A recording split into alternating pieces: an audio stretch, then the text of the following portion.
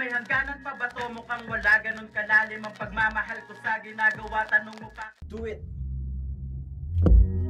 Yo, Soldier Stila, Yuinaru, Ren Beats.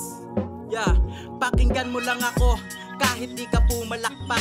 Panoorin paano ko gawin ng tama ang rap. Maski hindi ako yung idolong hinahangaan mo. Oo, di ko siya kasing at sa kanya iba ako. Maaaring di ako ang pinaka sa daming magaling. Isasain ko na bigas marami pa, pero di ako nagmadaling makuha ang papure. Di ko rin hinahangad ang suportang galing sa peke. Ayos na ako dun sa iilang mga nagsasabi na sa akin ay believe tol. Salamat ng marami kahit di ako pambato kung palabok ang usapan. Pero sabi nyo metaphor ako maaasahan, kaya pa nga kung mas magpapagaling. Ibinigay nyo na tiwala'y di wawalain. Patuloy na maniniwalang may mararating.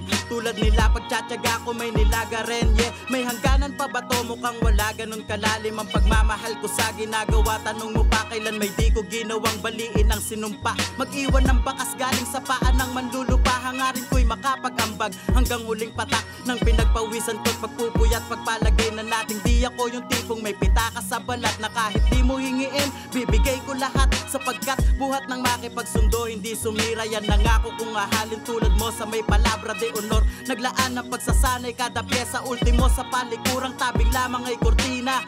Oo, ganon sana nakuha mo yung punto. Wala akong pinipiling lugar sa pag-iensayo. Baka sakaling matapos ang madugong enkwentro, mapasali sa mga ia-anunsyo at mayakap ang tropeyo. Yeah, Detro, Batang 35. Shoutout Boss Ren. Maraming salamat. One love.